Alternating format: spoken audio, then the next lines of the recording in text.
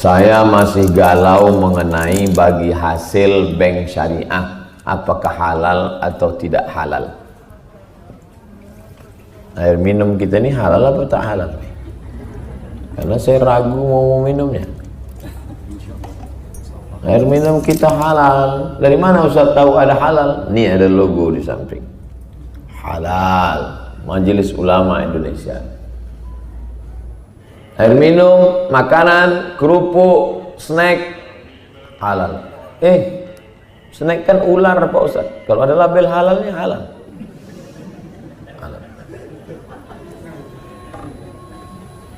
Lalu kalau ekonomi itu yang ngasih label halalnya siapa? DSN, Dewan Syariah Nasional.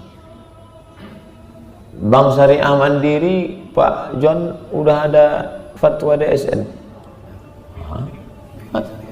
BNI Syariah ada fatwa DSN. Jadi kita tak perlu lagi nanya, oh ini BNI Syariah ini halal. Halal Pak. Coba tunjukkan mana dalil Qur'annya, sunnah, ijma', qiyasnya. Tak perlu, asal halal kata dia halal itu dah. Sama macam saya tadi naik pesawat. Naik pesawat saya dari Subang.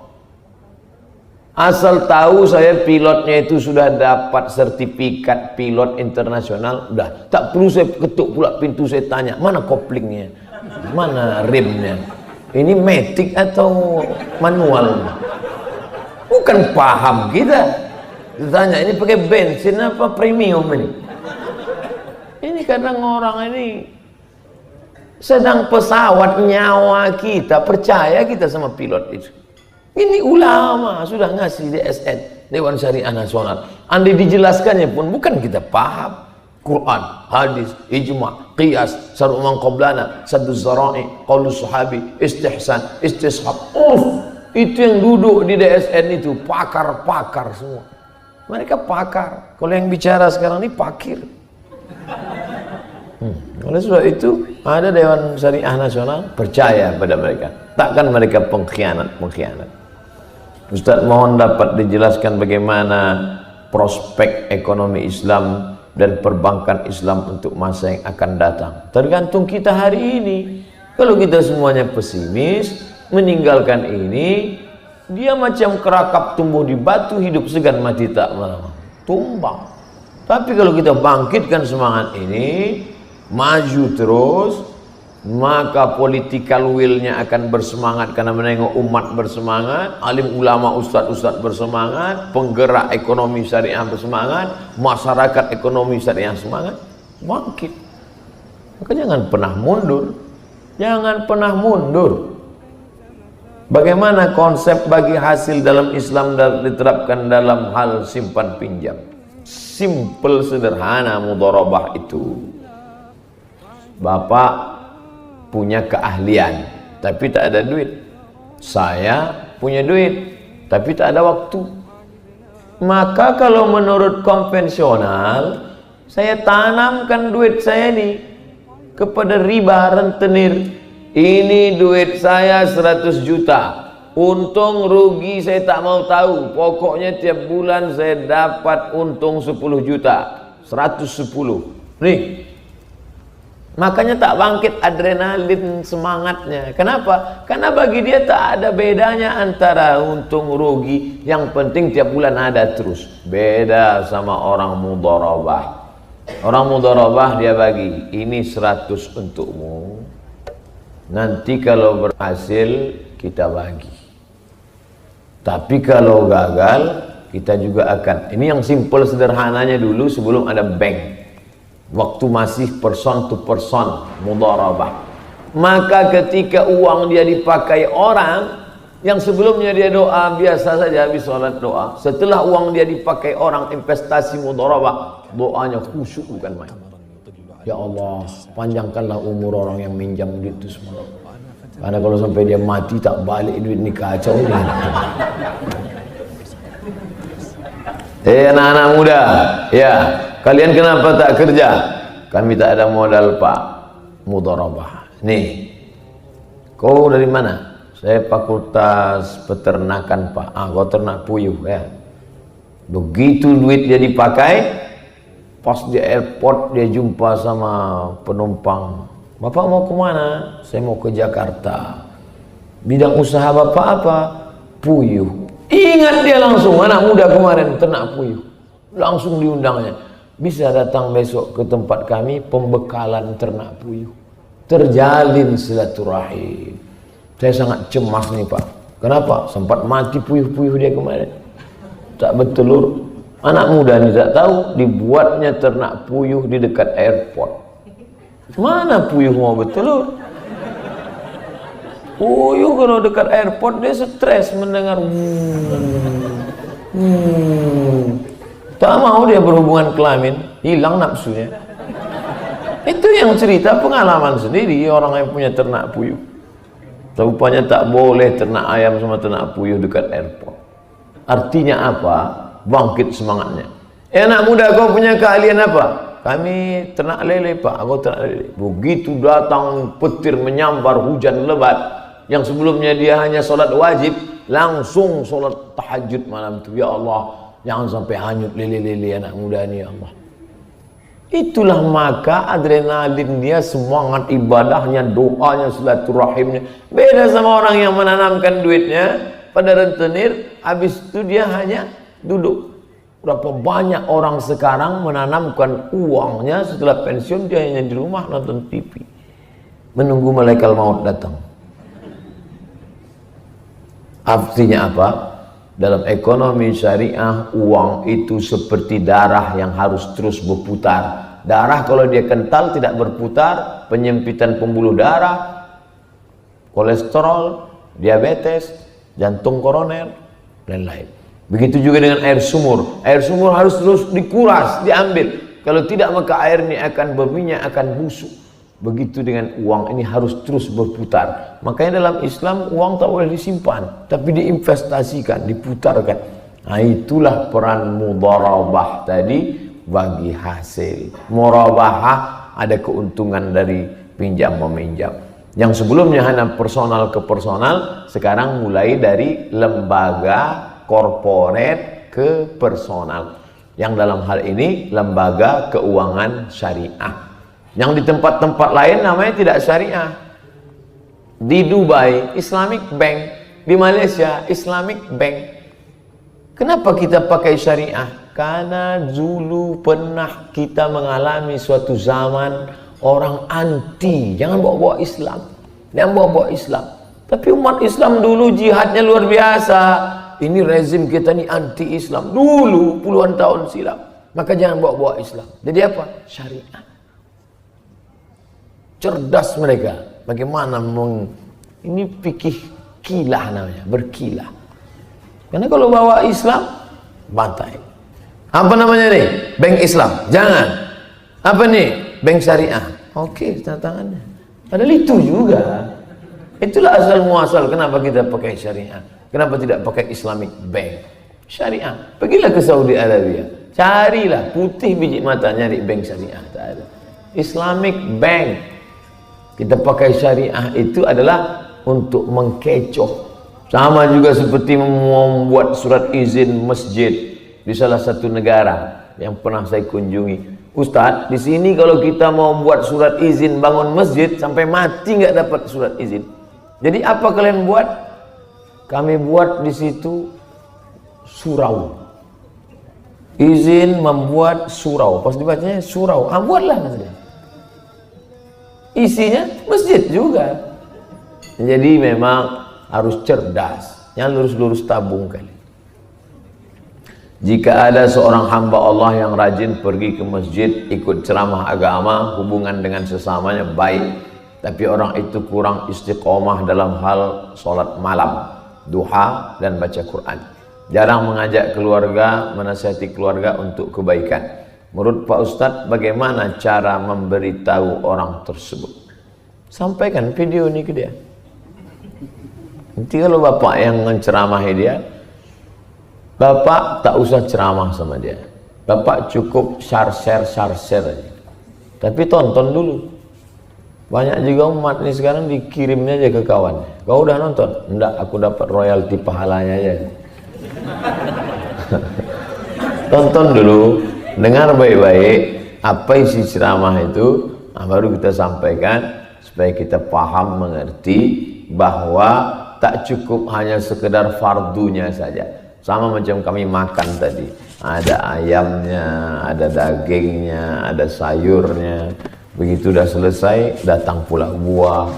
Begitu udah mau selesai, ada pula dessertnya, ada pula esnya, ada pula cendolnya.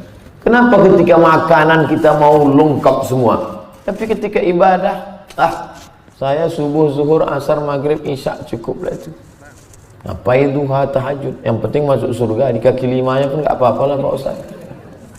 Padahal kata Nabi, idza sa'altumullah fas'aluhul firdaus. Kalau kamu minta sama Allah, minta surga yang paling tinggi, VVIP.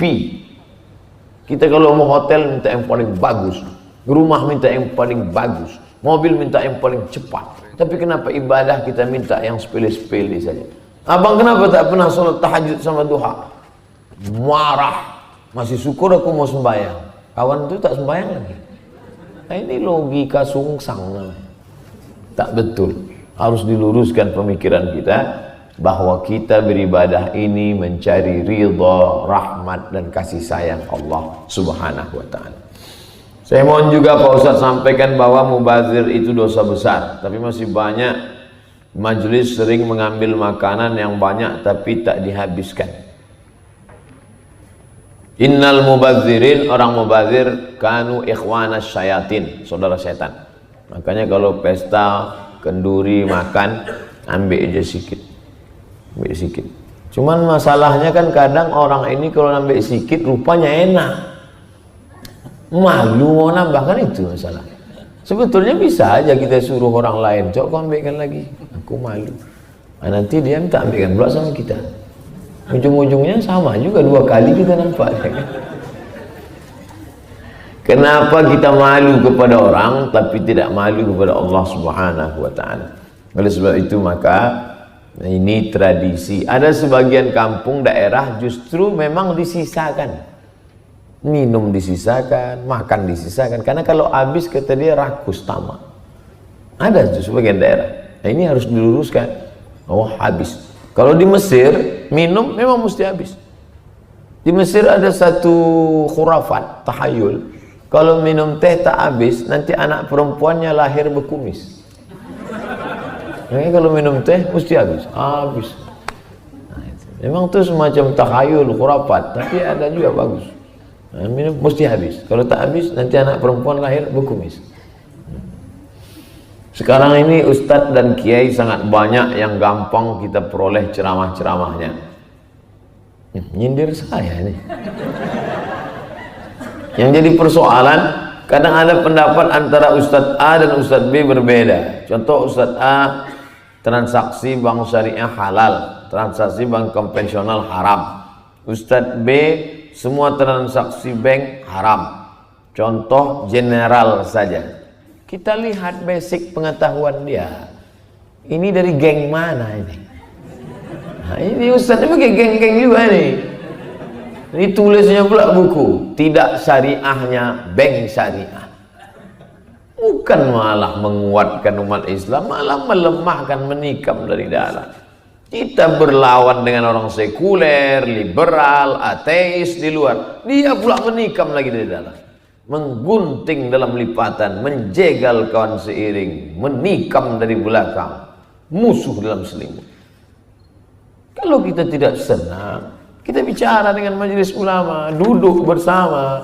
Ini tidak tepat.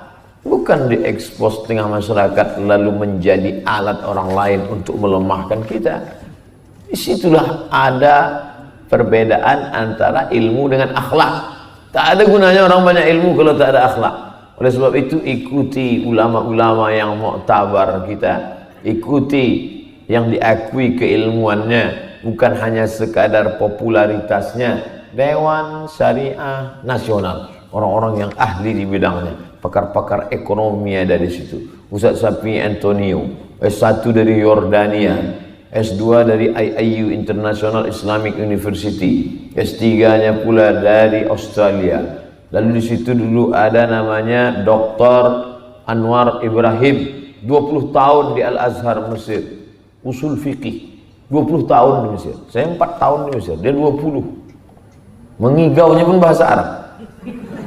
Bayangkan itu. Dalam situasi ini sebagai makmum yang ilmunya sedikit, apa yang harus saya lakukan? Ulama memilih ayat, hadis, ijma', qiyas. Itu tugas ulama. Kita yang orang awam memilih ulama-ulama.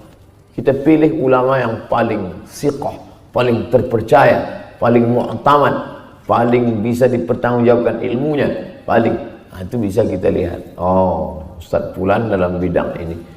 Saya cocok sama Ustadz ini, tapi dalam bidang perbandingan agama, dalam bidang ekonomi tidak. Saya cocok dengan Ustadz ini dalam bidang zikirnya, dalam bidang ekonomi bukan keahlian dia di situ. Idza usidal amru ila ghairi ahli fantazir sa'ah.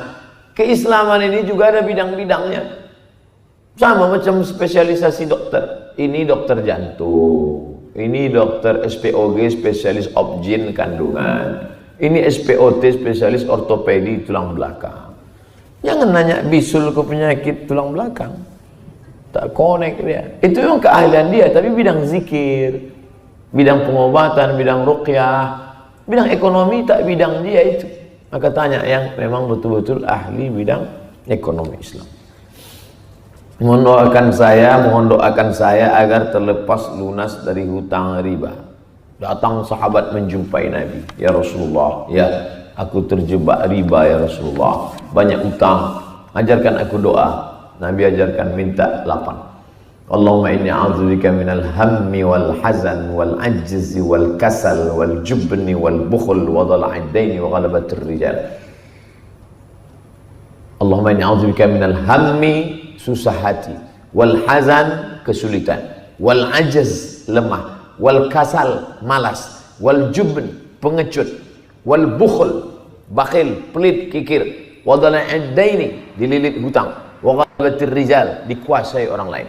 Kalau sudah dililit hutang, pasti dikuasai orang lain. Rentenir, mendengar suara motor agak kuat sedikit, menceret, sangka debit kolektor datang. Makanya baca doa itu. Tapi doa itu bukan mantra. Doa itu bukan mantra bim salah bim abrakadabra. Pahami maknanya. Di balik doa itu kita dibangkitkan semangat. Isinya coba tengok. Ham, susah hati, galau. Hazan, lepas dari kesulitan. Ajaz, jangan merasa diri lemah. Kasal, jangan sampai malas. Jubn, pengecut, loser. Bukhul, bakhil, pelit, kikir. Dhala'id dain, dililit-lilit hutang. Wa ghalabatir rijal, dikuasai orang lain. Mohon doakan saya agar rumah yang hendak saya jual lekas laku. La tuqra'u fi amrin asirin illa yassarahullah. Kalau surat ini dibacakan pada perkara yang sulit, dimudahkan Allah. Kata Imam Ibnu Katsir dalam tafsir Al-Quranil Azim. Surat apa itu? Surat Yasin. Tiap malam baca surat Yasin. Habis isya bagus, mau tidur bagus, tahajud lebih bagus, sebelum subuh bagus, setelah subuh bagus juga. Tak sembahyang subuh jangan. Baca Yasin pelan-pelan. Habis itu, ya Allah, aku bermohon kepada Engkau berkat kemuliaan surat Yasin ini, lakukanlah rumahku ini ya Allah. Tapi kalau dibacanya di masjid yang kuat-kuat, nanti tanya kawan, berapa harga, masih nego nggak? Sulitkah bagi Allah membuat rumah itu laku? Innama amruhu idza arada syai'an ayaqula lahu kun ayakun. Jangan kan membuatkan rumah itu laku, membuat rumah itu belum ada menjadi ada saja Allah sanggup. Padahal kita lahir tak ada bawa apa-apa. Ada orang lahir bawa SKPNS. Mana ada? Kadang orang ini berpikir sulit bagi Allah, mudah. Lalu kenapa Allah tak buat dia laku? Allah hanya ingin menengok tetes air mata kita di tengah malam. Allah hanya ingin melihat, mendengar suara lirih kita di tengah malam. Ya Allah hanya ingin kita berbisik ke bumi supaya makhluk-makhluk di langit mengaminkan doa kita. Maka tak ada cara lain kecuali husnuzan, berprasangka baik kepada Allah Subhanahu wa ta'ala. Antara pajak penghasilan dan hutang, mana yang lebih diutamakan Pak Ustaz? Bolehkah tak kita tak bayar pajak? Jadi saya sekarang ini mesti hati-hati juga. Ada orang ini bertanya mencari ilmu, tapi ada juga mencari pembenaran. Dia memang tak mau bayar pajak. Bisa tak Ustaz Somad nih mengeluarkan fatwa biar supaya aku tak bayar pajak? Pajak ini kewajiban negara. Apa hubungan kita dengan negara? Ati Allah, ta'ala kepada Allah, wa ati'ur Rasul, ta'ala kepada Rasul, wa ulil amri. Uli orang, amri urusan. Ada sekelompok orang yang mengurus urusan kita. DPR RI, DPRD, DPR kota, DPR kabupaten, bupati, wali kota, gubernur, perda, perbub, kepres, RUU. Itu semua digodok oleh ulil amri, kesepakatan kita sebagai bangsa. Maka keluarlah pajak fiskal, pajak motor, pajak ini, pajak. Sampai manusia pun dipajak. Lama-lama napas nih pajak. Kalau sampailah napas kita dipajak, beruntung orang sesak napas. Setengah pajak dia. Oleh sebab itu maka semua kita laksanakan. Tapi kalau perkara prioritas mana? Utang dulu. Tapi tidak serta-merta saya katakan utang lalu membenarkan untuk tidak bayar pajak. Dulu saya sosialisasi masalah tak boleh mencuri arus PLN. Lalu sebagian orang mengatakan karena negara curang maka boleh kita curi pula PLN-nya. Itu tak betul. Karena kalau kita curi arus listrik ini, itu kita bukan mencuri punya negara, karena negara itu tidak punya apa-apa. Ketika kita curangi listrik, sesungguhnya kita sedang memakan hak saudara kita, karena ini milik kita bersama. Air, bumi, minyak, batu bara, hutan, itu milik umat, milik masyarakat, milik orang banyak. Al-malul am namanya, harta orang banyak yang dikelola oleh negara. Andai negara curang, tidak serta-merta menghalalkan perbuatan harus kita balas dengan kecurangan. Itu mesti dipahami dengan baik. Kalau tidak nanti orang, kau kenapa tak ngurus STNK BPKB? Ngapain? Orang banyak korupsi. Lalu korupsi orang itu membenarkan kita pula untuk menjadi jahat. Lalu apa beda dia dengan kita? Oleh sebab itu maka kita tetap membayar pajak dan hutang piutang pula. Orang yang mati syahid tidak terkena azab kubur. Orang mati syahid tidak terkena hisab. Orang mati syahid tidak terkena sakit sakratul maut. Orang mati syahid langsung masuk surga. Ilat dain, kecuali hutang. Tak semua orang mati syahid itu terus masuk ke surga. Ilat dain, kecuali orang yang hutang. Sedangkan orang mati syahid aja terkendala masuk surga gara-gara hutang. Apalagi mati konyol. Apa saja tugas seorang suami istri dalam Islam? Jika masing-masing tak sesuai dengan tugasnya masing-masing gimana? Ibu punya hak, bapak punya kewajiban. Kewajiban bapak adalah hak ibu. 5 kewajiban bapak. Pertama, kasih makan. Kedua, kasih pakaian. Alhamdulillah ibu-ibu sudah dapatkan itu semua. Karena banyak di luar sana perempuan yang tak dikasih pakaian. Ada yang kain belum berjahit dah dipakai, ada yang resleting belum berpasang dah dipakai. Itu tengok di luar. Makan sudah, pakaian sudah, tempat tinggal yang layak. 4, pendidikan. 5, perhatian. Itu kewajiban laki-laki. Kalau perempuan tidak mendapatkan itu, maka dia berhak untuk mengadu ke wali dia. Ibu punya wali 6. Abang, ayah, kakek, abang, adik, abang ayah, adik ayah. Wali itu yang memanggil. Laki Firaun, sini kau sebentar. Jadi bukan ibu yang mengamuk. Ini yang banyak ini. Banyak sekarang perempuan tidak mau mengadu ke wali dia karena dianggap nanti intervensi. Ketika wali manggil, sini sebentar. Jangan intervensi rumah tangga saya. Jadi komplit-lah. Perempuan tak mengerti. Kalau di Malaysia sebelum menikah ada namanya kursus perkahwinan. Itu azan masjid apa azan Samsung? Kalau azan Samsung kita lanjutkan.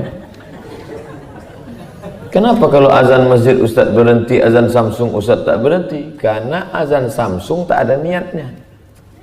Samsung itu kan tak ada berniat. Kalau yang muazzin itu ada niat dia. Nah, itu beda. Nanti kalau ada orang menanya,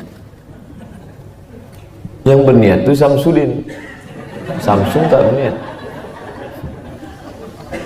Jika seorang suami sebagai imam tapi beliau pemahamannya penyimpang dari Islam yang tauhid, apakah rumah tangga tetap dipertahankan? Kalau sampai laki itu kafir, maka pernikahan otomatis fasah. Kalau laki-laki mencerai namanya talak. Kalau perempuan menggugat namanya khulu'. Kalau otomatis hakim melepas namanya fasah. Di antara penyebab fasah adalah laki-laki murtad atau akidahnya menyimpang. Maka fasah dia. Fasah itu artinya otomatis putus. Hakim memanggil dia, kamu jangan lagi serumah. Kalau serumah kalian berzina karena kalian sudah fasah. Bahasa Arabnya fasah. Orang kita payah nyebut fasah. Apa itu? Pisah. Fasah. Ini tak tahu saya sejauh mana penyimpangan dia. Tapi kalau dia menyimpang, bukan ibu yang marah sama dia. Abang ni sesat ini. Oh, dipijak-pijaknya lah ibu. Ibu melapornya ke wali. Wali yang 6 tadi manggil dia, meluruskan dia. Kalau dia berubah, lanjutkan. Kalau dia tak berubah, maka dilaporkan ke pengadilan. Karena dia sudah merusak akidah. Setelah melakukan dosa, saya bertaubat. Sudah melakukan taubat, lalu saya buat merasa berdosa hingga saya putus asa. Apa yang harus saya lakukan? Setan yang membuat putus asa. Bahasa kitanya putus asa. Bahasa aslinya putus harapan. Tak ada harapan. Bahasa Inggrisnya hopeless. Hope harapan, less tak ada. Hopeless tak ada harapan. Wire tak pakai wire, wireless. Hopeless. Bahasa Inggrisnya hopeless. Bahasa Arabnya iblis. Hopeless itu sifatnya orangnya iblis. Iblis itu putus harapan. Makanya siapa saja yang putus harapan bunuh diri, iblis. Dibisik-bisikkan iblis. Jangan pernah putus harapan. Dalam Islam sebanyak apapun dosamu Allah mengampunkan. Mandi taubat, sulat sunat taubat, berzikir, istighfar, baliknya ke agama. Ujung-ujungnya semua baliknya ke agama. Andai datang ke psikiater, Pak psikiater, saya ini depresi, sudah putus asa, ini bla bla bla, tetap dikasihnya makan obat tidur. Bapak kembali ke agama sesuai keyakinan masing-masing ya.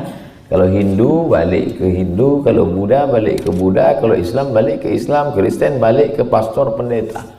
Tidak ada jalan lain kecuali kembali ke agama. Mandi taubat, sulat sunat taubat, istighfar, buat baik, ikuti pengajian. Bangkit harapan balik. Kalau tidak, ujung-ujungnya adalah bunuh diri. Pakai sabu-sabu, minum, narkoba, diskotik, nabrak, tiang listrik, mati.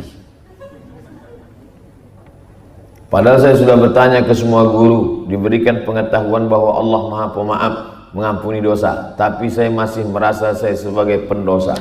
Lebih baik merasa diri pelaku dosa daripada merasa diri suci lalu menengok orang lain semuanya berdosa. Kalau hanya sebatas merasa berdosa, bagus. Tapi kalau sampai merasa berdosa lalu Tuhan tidak mengampuni dan putus asa, berarti sudah kena setan. Kalau sudah ngaji tak juga hilang, yang lebih kuat dosisnya ruqyah. Pergi cari ustadz ruqyah, nanti di ruqyahnya keluar setannya insyaallah.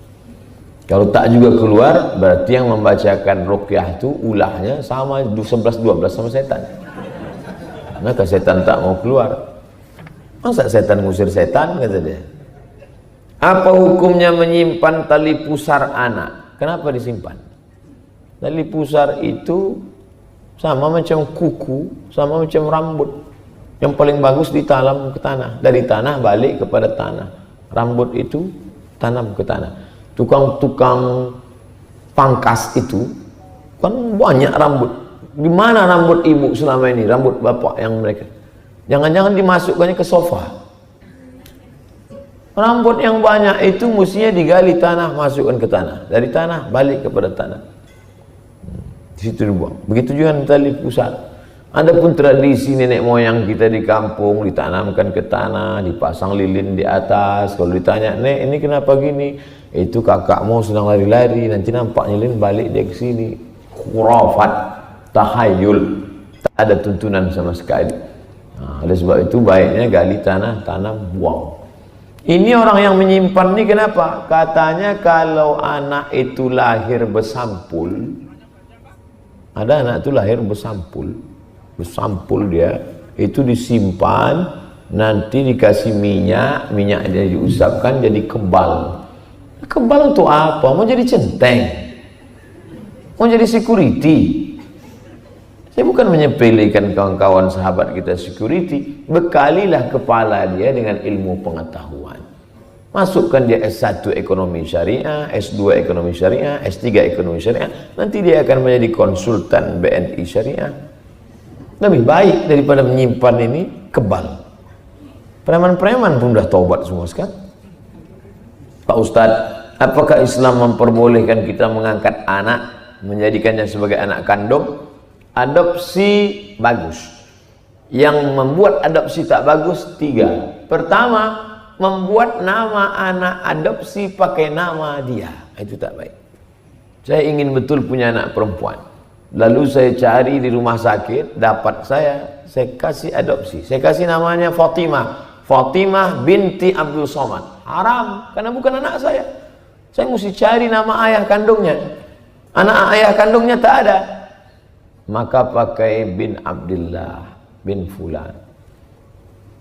Adopsi harus tulis di akta nama dia. Haram, tak boleh. Ud'uhum li'abaihim. Mesti pakai nama ayah kandung. 2. Mengapa haram adopsi yang zaman sekarang ini? Saya cari anak perempuan orang, lalu saya bawa ke rumah, kasih makan, kasih pakaian, dia pun besar menjadi anak gadis. 18 tahun akan datang, umur saya 58, umur dia 18 tahun. Dia masih muda, tidak mahram dengan kami, berdua-duaan. Berapa banyak awalnya anak angkat menjadi bini angkat. Hati-hati ibu, waspadalah. Nampaknya sederhana, tapi tidak sesederhana itu di masa akan datang. Dunia berganti, musim berubah. Bapak Fulan menikah dengan anak angkatnya. Kenapa bapak nikah dengan anak angkat bapak? Semanalah Pak Ustadz, tiap malam saya balik, dia yang bukakan pintu. Bini saya duduk kena rematik nonton TV. Waspadalah. Maka kalau bapak mau mencari anak angkat perempuan, cari anak saudara bapak, keponakan bapak. Maka nanti setelah dia gadis, dia jadi mahram. Kalau ibu mau cari anak angkat laki-laki, cari keponakan ibu, anak saudara ibu. Nanti dia lajang, dia jadi mahram sama ibu. Begitu caranya. Kalau tidak, nanti berdua-duaan dia di rumah. Ini pergi arisan. Udah macam anak saya Pak Ustadz, udah macam adik saya Pak Ustadz. Berawal dari macam, berakhir dengan macam-macam. Yang ketiga, kesalahan dalam adopsi adalah membuat surat wasiat semua harta untuk anak adopsi. Tak 1-2 kasus saya menangani, dipanggil untuk kasus macam itu.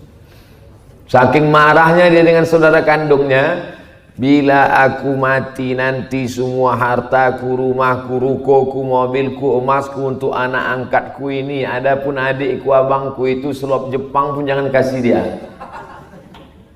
Kan gawat itu. Oleh sebab itu kalau selamat dari yang 3 ini, lanjutkan anak adopsi boleh, dengan syarat jangan lakukan yang 3. Jangan pakai binti kita.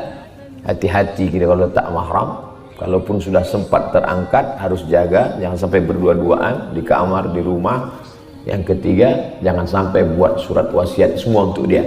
Berapa banyak boleh wasiat untuk dia? Tak lebih dari 1/3 total harta. Kalau total harta ibu bapak 1 M, dia boleh dapat 333 juta. Tapi kalau hibah boleh. Hibah itu ruku untuk engkau, itu tanah untuk engkau, hibah boleh. Tapi kalau wasiat tak boleh lebih dari 1/3 total harta. Saya ingin tanya, amalan apa yang harus supaya cepat mendapatkan keturunan, dan amalan yang harus untuk memperoleh anak yang soleh dan solehah. La tuqra'u fi amrin asirin. Ya ayyuhalladzina amanu, hai orang beriman, ista'inu, minta tolong kepada Allah, bisabri, tahan diri, jangan kedukun, jangan makan haram, wassalah, sholat. Usolli sunnatal hajat, bagi yang pakai usolli, tiap malam buat sholat sunat hajat, suaminya, istrinya, dua-duanya, bagus. Di sujud terakhir minta kepada Allah, jangan diucapkan di mulut, dalam hati saja. Ya Allah, berikanlah kami anak yang soleh solehah. Kalau sampai mati nanti tak juga ada, husnuzan sama Allah. Boleh jadi Allah memeliharakan kita. Mungkin kalau dia ada, dia akan menjadi pecandu narkoba, dia akan menjadi, maka satu-satunya cara hidup ini ridha adalah ana inda husni zanni abdi bi, prasangka baik, husnuzan pada Allah. Itu salah satu cara kita baik dengan Allah. Karena kalau tidak, kita akan suuzon terus. Kenapa dia punya anak, kenapa aku tidak? Kenapa dia begini, kenapa aku tidak? Setelah kita usaha optimal, tawakal, setelah itu satu-satunya jalan adalah husnuzan kepada Allah Subhanahu wa taala. Saya sudah menikah 4 tahun, tapi belum dikarunia anak. Amalan terbaik apa? SDA, sama dengan yang di atas. Sama-sama di atas tadi. Saya ingin bertanya, sedari kecil ayah ibu saya berpisah, tidak merawat saya sedari kecil sampai sekarang. Sampai saya diriwayat oleh kedua orang tua angkat. Kepada siapa saya harus berbakti? Apakah surga di bawah telapak kaki ibu kandung yang tak merawat saya? Mau tak mau, suka tak suka, engkau pernah 9 bulan 10 hari di perutnya. Tak bisa diingkari. Tidak bisa diingkari sampai mati. Pernah tinggal di perutnya 9 bulan 10 hari. Andai hari ini engkau datang kepada dia, lalu engkau gendong dia dari Batam ke Makkah, habis itu tawaf sa'i dan umrah tahallul lengkap lontar jumrah haji di Padang Arafah, balik lagi ke Batam, tak dapat menembus sekali teriakan dia saat mengeluarkan engkau 6 jahitan robek kulitnya. Walaupun tak dijaganya, walaupun tak dibesarkannya. Adapun dia silap khilaf salah, itu urusan dia kepada Allah SWT. Jangan kita menghakimi dia. Kadang-kadang ada manusia ini, dia pula mengajari Allah. Ya Allah, sakit kali hatiku sama dia. Kalau buat dia stroke agak 6 bulan ini. Kita kalau tak suka sama orang, kita serahkan. Ya Allah, hambamu ini kuserahkan pada engkau. Sama seperti Nabi Isa alaihissalam. Nabi Isa, apa kata Nabi Isa? In tu'adzibhum fa innahum ibadu. Kalau kau azab mereka ya Allah, sesungguhnya mereka itu adalah hamba. Ya Allah, ini hamba. Tak bisa kita pungkiri itu. Dia adalah orang tua. Adapun kepada siapa kita berbakti, dua-duanya. Ini orang tua angkat saya ini. Orang tua kandungmu, engkau lahir dari rahimnya. Orang tua angkatmu, engkau lahir dari hatinya. Oleh sebab itu orang tua angkat juga kita berbakti. Saya punya orang tua angkat, sudah meninggal dunia, tetap saya doakan, tetap saya kirim Fatihah, saya tetap ziarah ke makamnya. Saya juga punya orang tua kandung. Oleh sebab itu jangan pernah kita beda-bedakan. Sampai tak doa saya Pak Ustaz, doa pada orang tua kandung sampai, doa pada orang tua angkat sampai, doa pada orang tua kawan pun sampai. Mana dalilnya? Doa ziarah kubur. Assalamualaikum ya ala diyar minal mu'minin wa inna insyaallah bikum lahiqun yarhamullahu mustaqdimin wal mustakhirin nas'alullah lana wa lakumul afiyah. Riwayat Aisyah. Seandainya doa tak sampai untuk orang mati, untuk apa diajarkan Nabi? Itu menunjukkan doa pada siapapun sampai. Kenapa katanya doa yang sampai cuma doa anak soleh? Ini mesti diluruskan. Amal Abdul Somad ketika hidup ini, setelah Abdul Somad mati, putus. Tapi ada 3 amal Abdul Somad yang tetap mengalir. Pertama, shadaqatun jariyah, buat masjid, mati Abdul Somad, mengalir. 2, ilmun yantafa'u bi, ceramah, meninggal, ceramahnya mengalir. Yang ketiga, waladun solihun, anak soleh. Anak soleh itu amal kita. Bapak-bapak, amal soleh, anak soleh itu amal kita. Saya nggak paham Pak Ustaz. Masa anak soleh itu amal kita? Anak soleh itu amal kita yang tetap mengalir. Karena kalau kita tidak beramal, mana ada anak itu? Coba tengok aja bini itu, bisa hamil dia kan? Tidak. Itu maknanya. Bukan berarti doa orang lain tak sampai. Doa bapak dari BNI Syariah untuk Abdul Somad semuanya sampai. Begitu bapak-bapak dapat kabar Abdul Somad meninggal dunia, untuk almarhum Abdul Somad Al-Fatihah, kata keluarga besar BNI Syariah, sampai. Kalau ada yang mengatakan tak sampai, kasih nama lengkapnya, biar nanti kalau dia mati saya kirim pula. Siapa yang bilang tak sampai? Oleh sebab itu maka ijma' ulama tentang sampai. Jangan khawatir yang tak punya anak, Pak Ustaz saya nanti meninggal dunia, anak tak ada, siapalah yang mendoakan saya? Enggak segetonya kali.